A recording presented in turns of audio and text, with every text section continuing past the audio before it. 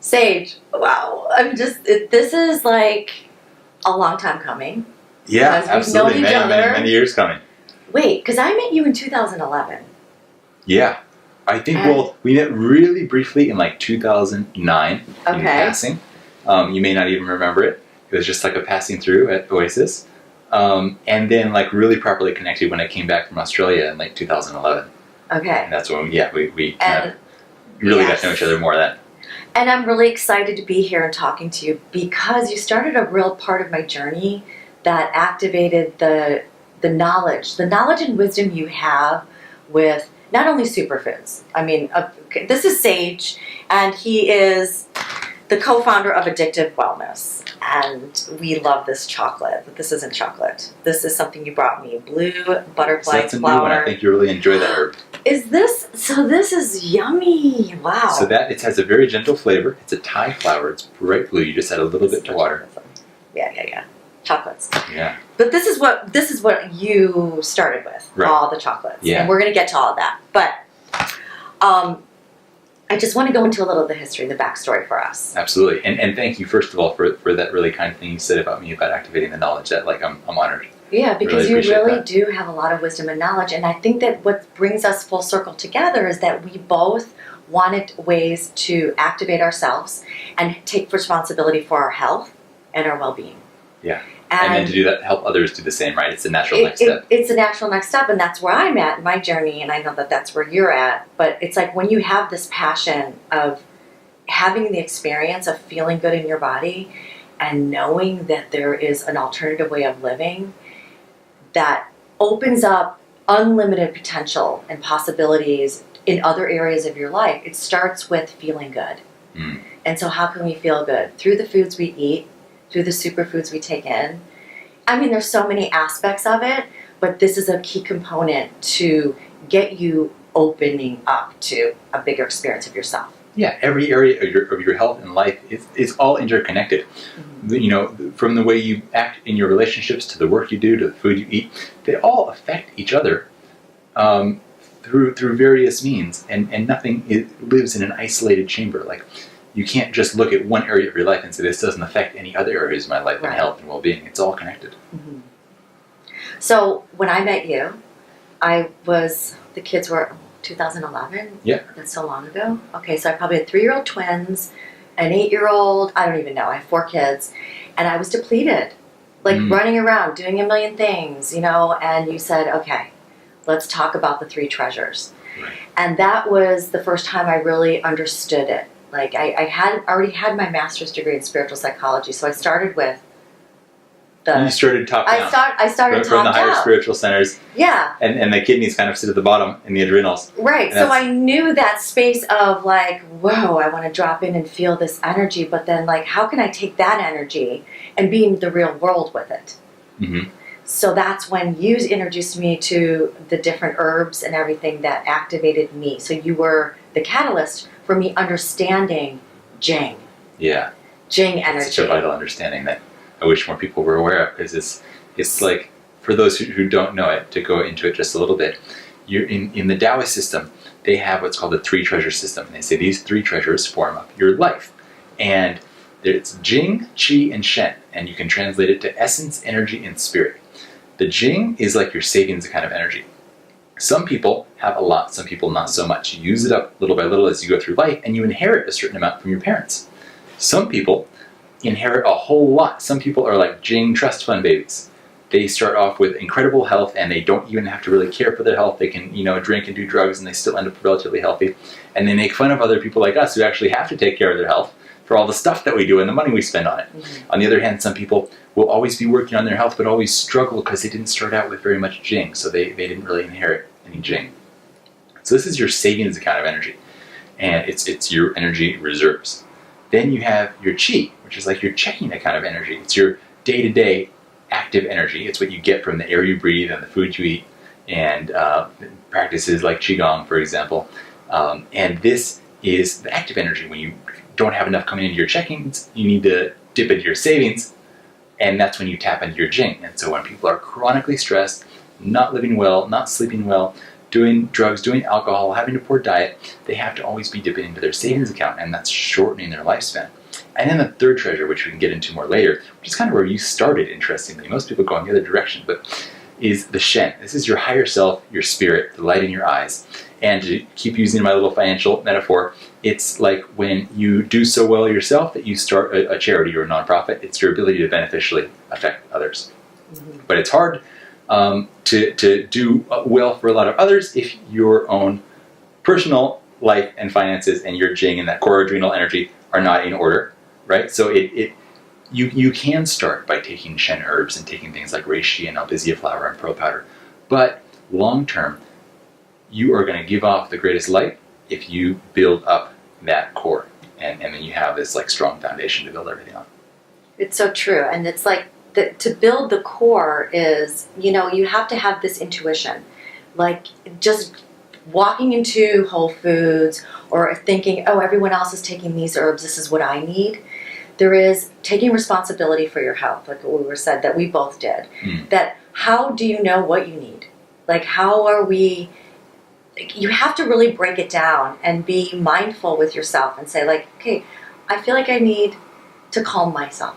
Yeah. What would I take for that? Just because everyone else is taking maca, it's like everyone says, oh yeah, I do maca. Yeah, you don't just jump on whatever is the hot thing of the week. Yeah, it's like you look at Instagram and you think, oh, I'll just start taking all these different herbs and this is how I'm going to get on that bandwagon. I'm just like start doing everything and be hip and cool. I don't know what the word would be. It's like, but it's not how you want to start this whole protocol, which is I want to get a little deeper into how we start the practice, because I remember in 2009 I was introduced to Chilaji. Mm-hmm. Chilaji. Yeah, Shilaji. Chilaji. Call it, yeah. And I remember putting that in water and thinking, wow, sitting with that. Powerful. And what's happening to my body? What does this feel like? Is this good for me? Whoa, this is really amping me up. I'm really getting this it was like creative, life force, sexual energy, creative energy, which gave me an opportunity to explore other areas of my life. And then when Shashandra came in, it was like, whoa, okay. Like there's like these different ways of approaching the herbs. Yes. And I would like to talk about that and how do we break it down where someone who is going to start. How do you start? Where do you start? There's like all these herbs out there you're reading about, and people don't know how to pronounce them. Right. They don't make any sense. And, what is this? I'm really looking at like your chocolates, and it's like so true, because if you get Addictive Wellness chocolates, it really gives you an opportunity to understand like its energy, beauty, focus, tranquility, love, recharge, and what herbs are being used in these. So that's different herbal formulations for each one for different functions, so people can kind of start with the basic, education of that's what I'm saying. This gives you an education because you have it broken. You break it down like cordyceps, astragalus, and mucuna, which is mucuna is for dopamine, serotonin. You know your stuff. Very good. I know my stuff. Very impressive. And so I feel like if you just get your Addictive Wellness chocolates, and what I've shared with so many of my friends, because I'm a huge fan, and I know I have to prize you.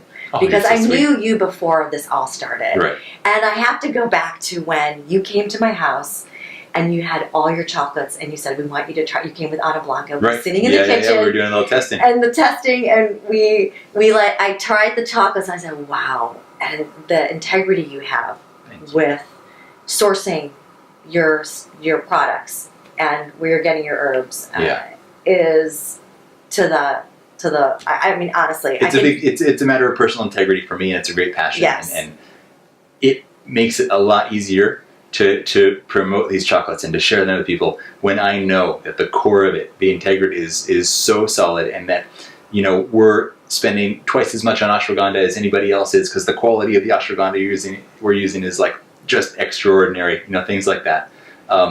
It makes it all a more pleasant and fun experience for me. And you can feel it. Oh yeah, I mean, you can feel it, that's right? The other thing too. Like, if we made these chocolates and didn't put in quality and didn't put in a meaningful amount of the herbs and things like that, I could tell you a story about the chocolates and get you to buy it one time, right? But if you don't have an experience with it, that's the end, right? And so it's not a sustainable way to run a business. So the product has to have meaning and power to it. Yeah. And I mean, and this is really about feeling your way through it all, because you can taste cacao and taste chocolate, but to bring the sensual aspects of it, which chocolate is really known for, Sure. you know, on Valentine's Day, and you know, you hear about all the things of chocolate and wine, or I'm a woman going to bed at night and I'm taking a hot bath and I have my tea and my chocolate. All women talk about this. Right. And to feel like the chocolate, to smell it, and to really have a sensual experience with it, your chocolate really does that for me. Because I was opening it up, and, you know, growing up with Willy Wonka and the gold paper. Right. You know, like, yeah, I got the gold you got bar. that. Yes. I got it. The gold ticket. So it activates that happiness, that joy, that feeling of an old memory of just what chocolate brings fun. Yeah, it goes deep, yeah. Joy and passion. And then also the texture. How I noticed that there's some dryness to chocolate, that when I'm tasting it, it doesn't melt on my fingers. Right. It's not activated, or it's kind of dead. Yeah. And yours is like, I'm like, oh yeah, my fingers are getting messy, and then I lick my fingers, and I'm like, now it's becoming a sensual experience. It becomes an experience, and then with that whole experience, it is a ritual. Right. And we want to recreate these rituals for ourselves so we can feel our way on a much deeper level. So that's why I was talking about going into the sacred self-care of taking care of ourselves. And what does that really mean? And, you know, anyway, there's so much I could talk about and so many directions I can go in. Right. We have so much of a But variety of history and like, areas of passion. Do you want to share a little bit about how you, maybe just briefly, Sure. about your passion and how you started and what Absolutely. how you got to be who you are? Yeah. So I grew up here in Southern California, and when I was growing up, I was raised as a vegetarian, but not a healthy one by any means. It was more like, 5 nights a week dinner was basmati rice and tofu, and then maybe one night was like pizza, and one night was like pasta or pancakes or something like that. You know, my parents were doing the best they knew how to. Lots of food was organic, so that was really nice, and we weren't eating fast food and things like that. So a lot of things were done right, but there was room for improvement. And I had a really beautiful childhood, because when I was growing up, my home also served as a meditation center, where every Thursday night about 50 or 60 people would come over for spiritual talks and chanting Sanskrit mantras and meditation. So it was just like a pretty incredible thing to grow up immersed in that. And growing through my teen years and doing some sports in high school, I always felt like I'm not at my ultimate potential. There's like my energy is okay. It's not super, like my health is like 70% of what in my mind I kind of have this deeper feeling and knowledge of what it could be. And when I was 16, my parents opened a wellness center here in Thousand Oaks, where they had That's where we met. Yeah, that's where we met. And they had infrared saunas and massage and jade infrared heated massage beds, and sold some superfoods and things. And that was really cool, because it was my first exposure at a relatively young age to the Eastern concept of prevention and taking care of yourself rather than waiting and treating symptoms later on. And so that really sparked some curiosity in my mind, because I was seeing all these people coming in, and they were all, not all, but in many cases, kind of later on in life and dealing with lots of health problems, and they were still there treating symptoms, right? They had back pain, they had inflammation, all this stuff. They were trying to fix problems. But I thought in my head, because I was learning all this new stuff, what if I get on all of this stuff now? I don't wait until things go wrong. What would that mean for the length of my life and the quality of my life? And wow, what an interesting life that could be if I could extend it to 120 or beyond, and have all those years be really active and full of life. So that was like really exciting and inspirational to me, just to live like an extended and expanded life. And so there was the quality versus quantity too. And to have both. To have both, right? But yeah, you can extend your life to 100 and something on drugs and be in a wheelchair, but what fun is that? Right. So yeah, maintaining the quality as well. And there was a local guy who brought in his product for them to sell there, and it was kind of this mix of hemp protein and chlorella and spirulina and some other Western herbs like milk thistle and things like that. And he was really fit, really intelligent, and I was kind of inspired by him, and I started mixing this up with, like, I didn't know what I was doing. I would mix it with some mixed berries and like Tropicana orange juice and a banana and make a smoothie out of it. Wait, how old were you then? That was like 17, 18. Wow. Yeah. Wow. And I started feeling really incredible, like this incredible mental clarity and aliveness I had never felt before. I was experiencing some really radical detox with like stuff coming out through my fingernails, like my fingernails like growing out like brown and black for a little while, like stuff was coming out, like really, really wild. And that, cleared up after a couple months of just continuing with this, and I was feeling sensational. My energy was good. I'd never experienced this before. And this was just a spark that made me think, like, if this was out there all this time and I didn't know about it, what else have I been missing out on? So it shot me off down the rabbit hole of learning about, raw foods and nutrition and superfoods, and a little bit later, Chinese and Ayurvedic herbalism and some other indigenous herbal systems.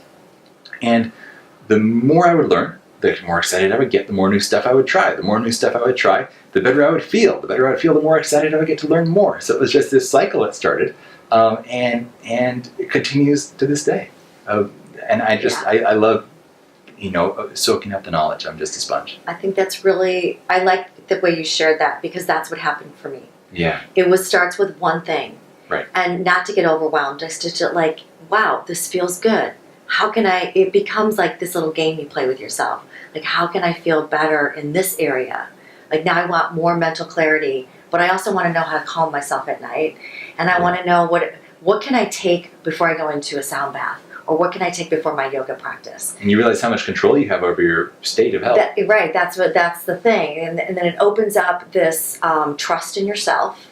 And this is the beginning of a spiritual evolution for you, because you are learning to be responsible. And this is the part where I said the sacred self-care, which I feel is such a big part for everyone, to have a practice that incorporates all these things. Yeah.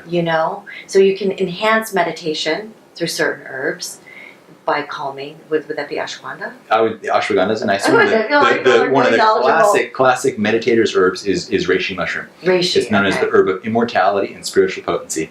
Gets you right out of your head and into your heart. It's really heart expanding.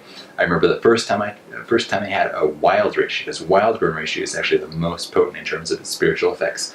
And I had it by accident. I was in a tincture bottle, and I thought it was something else, and I had been sent the wrong thing. And I was in Australia. I was going into an early 5:30 a.m. yoga class. It was dark in the room, and I just opened up this tincture, and I could see that instead of being like a milky white tincture in there, it was dark red. I'm like, what is this? And so I went to the bathroom where there was some light, and I saw wild reishi. I was like, whoa, I wasn't expecting this. It's like, all right, let's do it. And I took a dropper full under my tongue, and I was standing there, and just it took the tension out of me in such a way that it almost instantly tipped sideways a little bit, and crashed into the wall. It's but in a relaxed and super beautiful way. Like a just surrender. Exactly. And I walked into the yoga class and went and stood there at the front of my mat for 5 minutes, just grinning and really happy. Such gratitude. And just with this biggest smile on my face, and it's bliss. So reishi is an incredible herb for deepening meditation and opening up yourself in a spiritual sense.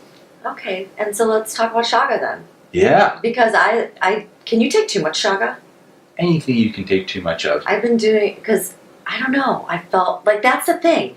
I go in and out of herbs. Yeah. I love when you get to that place, and you will all get there, right? I mean, you start to know happens. them. You get to know them. It's like you get to know people, right? And sometimes you think about friends, so you say, I really want to hang out with this person. And then it gets to a point where it's like, okay, I've been seeing them a little bit too much lately. I need a little break from them. I love them, but I need a little space. Yeah. And it's like that with herbs. They do different things for you at different times in your journey. They'll build up in your system to a level where once you get a bit tuned in with your body, you can start to feel okay, I had enough of this. Mm-hmm. It's not calling my name anymore. I can leave it at the back of the cabinet for a little bit until I feel like I need it again. It's interesting, because I've been doing deer antler since I've known you. Oh, really? Yeah. Yeah. And I have stopped. Right. I don't know why. I'm noticing this right now. I actually stopped taking it for the past 3 months. Maybe because of that leg injury, my body needed to rest. And I was taking it before I'd go do kickboxing and all my workouts. It's very fiery, very empowering. It got me to like, it made me, definitely helped with the masculine energy. Yeah. Raise testosterone, right? Is that what it's for? Yeah, that and it's full of growth factors. So in terms of burning fat and building lean muscle and things like that, it can help with the healing. But don't let me override your intuition. Like, there is nothing like a female intuition. Nothing compares, right? That's true. Thank you for honoring that. Yeah, absolutely. Okay. So, but the chaga is, I feel like when it gets cold out, it's just a very nurturing, supportive. Yeah, my favorite thing to do when it's cold is get the raw chaga chunks you can buy. Where can I get that? Yeah, like mountainroseherbs.com. Okay. Will have them, I'm not for worried example. Or there's another company, Cyan Chaga, Sayan. Okay. And they've got great Siberian chaga chunks. And you just, you simmer it for like 3 hours. And it turns into this like dark chaga tea. And it's very affordable to do it like this, much more affordable than, buying supplements, and it's way more potent. And you add just like a couple drops of vanilla stevia to a cup of this. And it is delicious because there's already actually vanillic acid in the chaga, so the vanilla and chaga flavors combine really well together. God, I'm excited. And it's one of my favorite things to have in the wintertime. Wait, and your YouTube videos are so informative. Oh, thank you. You really break it down and you explain things so clearly, and I understand what and the passion you have. You guys have to watch the YouTube videos because there's so much knowledge, so much passion, and it really, you have an experience. That's what I love. Like, we want to have a relationship with making the chaga, right? And doing it and teaching our children. You know? And one of my favorite ways for people who are taking a new herb. Down the line, you can take it in capsules, you can take it in tinctures, you can blend it into smoothies. But in the beginning, what I suggest is get it as a powder and take like 4 ounces of hot water and just stir like half a teaspoon or a quarter teaspoon of it into that powder. Sit still, drink it alone, get to know it on its own. I did that with Shashandra. Yeah, there you go. That's a real singer there, yeah. I was like, what is with this? Yeah. It was so multidimensional. Yeah, it's a 5-flavor fruit, right? It's sweet, sour, salty, bitter, and pungent. It was like, I closed up back here, like on my jaw. It was like so sour. It's astringent, sweet. And then I was like, whoa, my brain. Like, I need to go do something. Like, I was like, I'm going shopping. I got to get the kids. I was in such a good mood that I sprinkled it on pineapple. Ooh, nice combination. So good. Nice combination. Yeah. Okay. Yeah, Shazendra goes well with things like pineapple and also with anything berry flavored that combines so nicely and expands the flavor. Like if you're do you have Shashandra in your chocolates? We don't, because flavor-wise it doesn't go really well with chocolate. It has a bad yes, flavor. I would have loved to have done it with our beauty chocolate.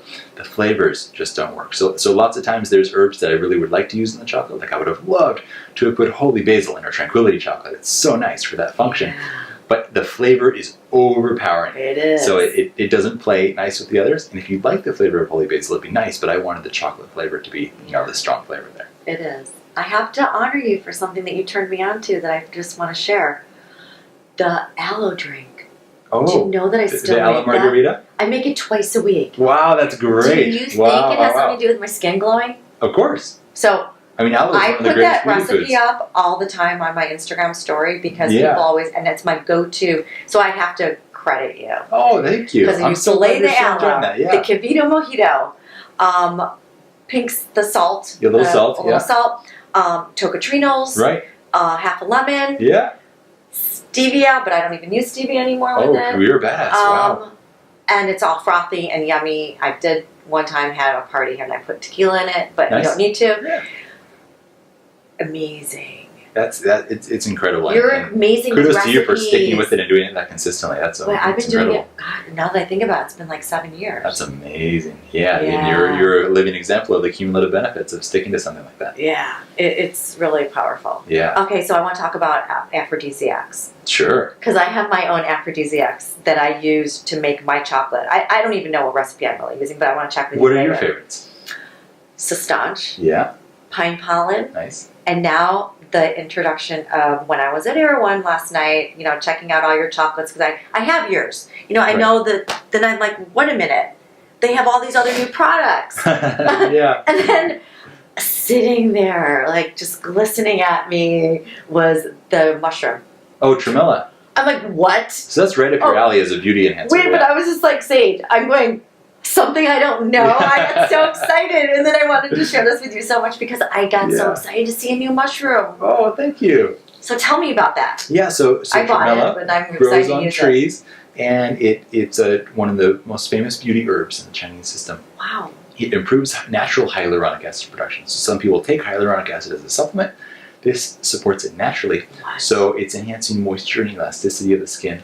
It's great Oh my God. for holding in the moisture. So magical in that way. It's got other benefits like protecting from radiation and stuff, but nobody gets as excited about that as the beauty benefits, of course.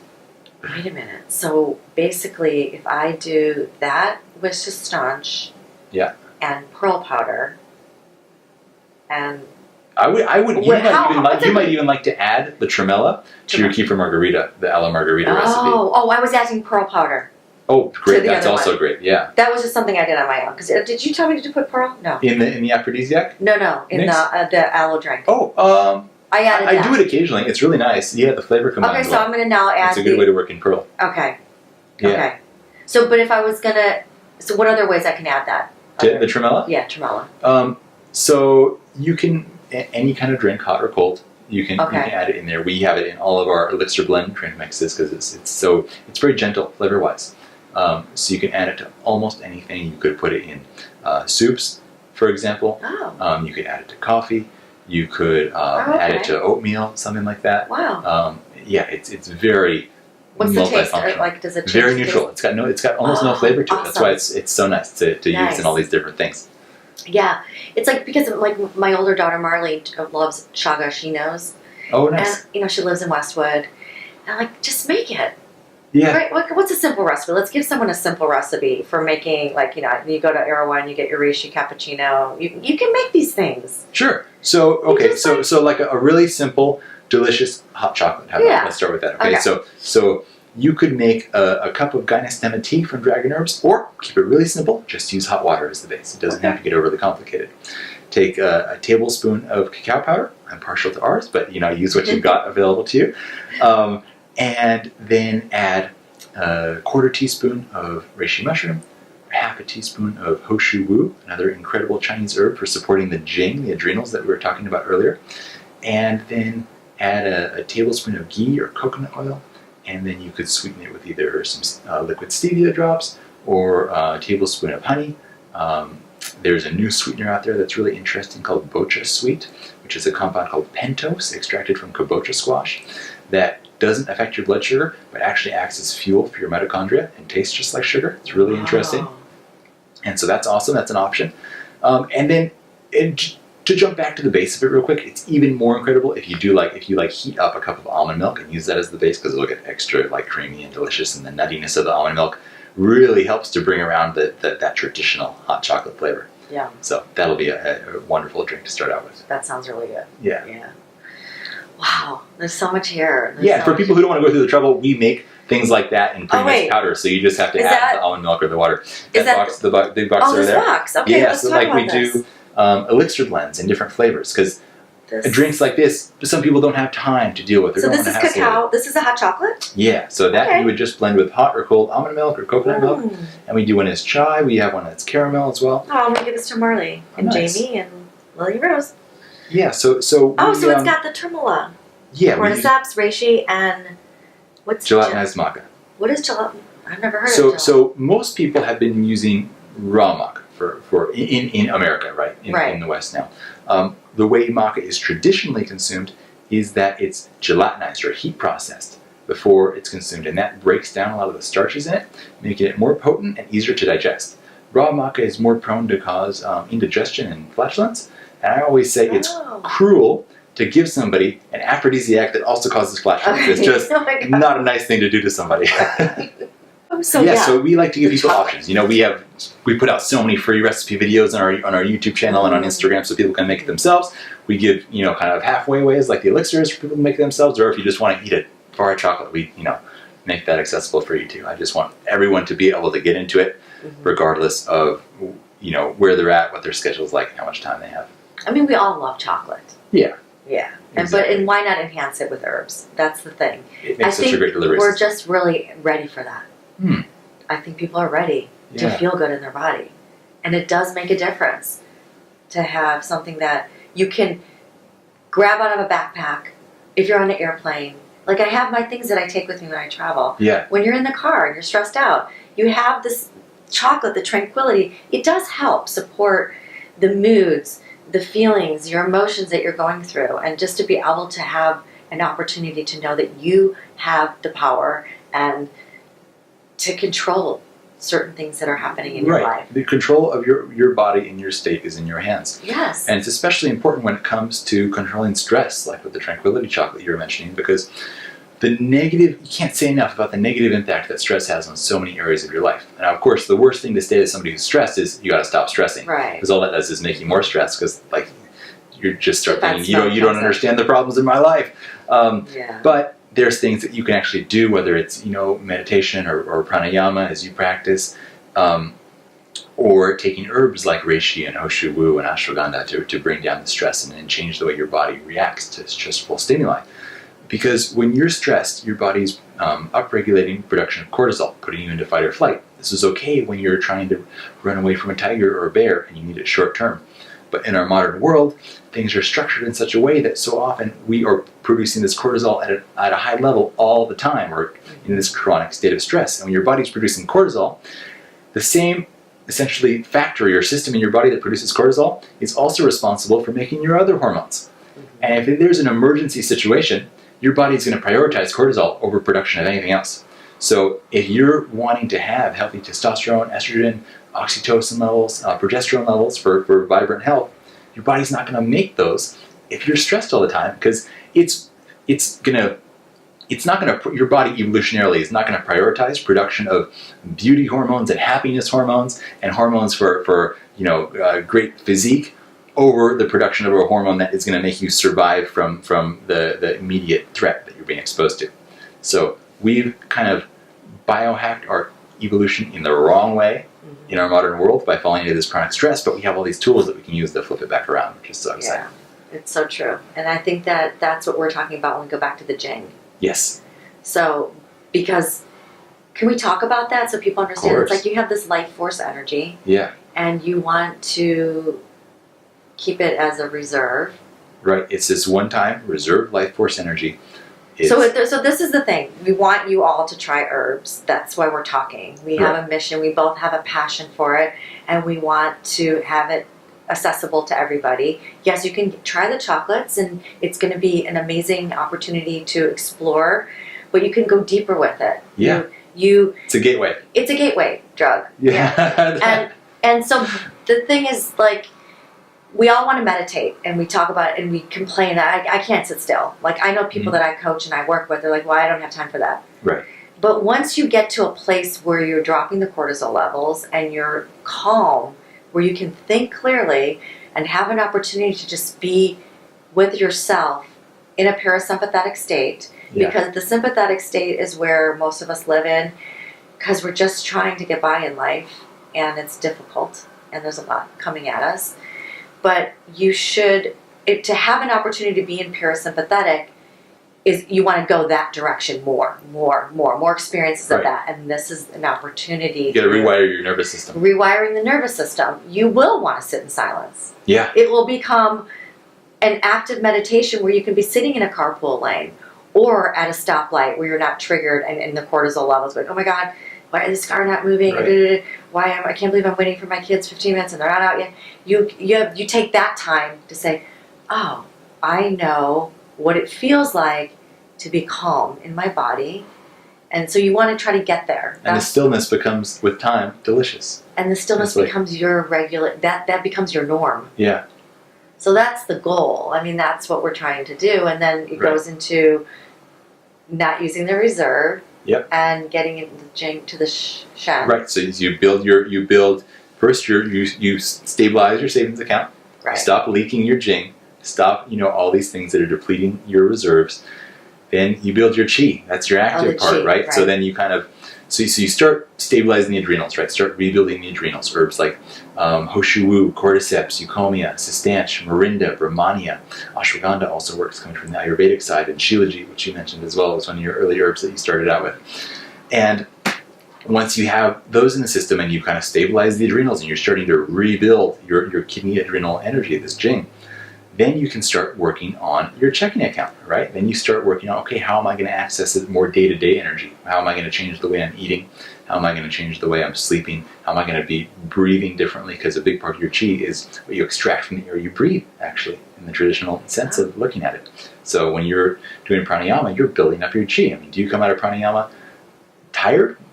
No, right? You come up like, whoa, sharp, right? Right. So now you're building your chi. Now you have your good checking account.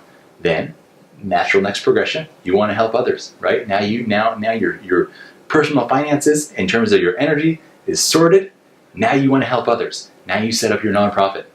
Now you start doing work for others, sharing this information with others, or helping people who are less fortunate, in whatever way resonates with your spirit. That's the Shen. That's your ability to have a beneficial effect on the world around you.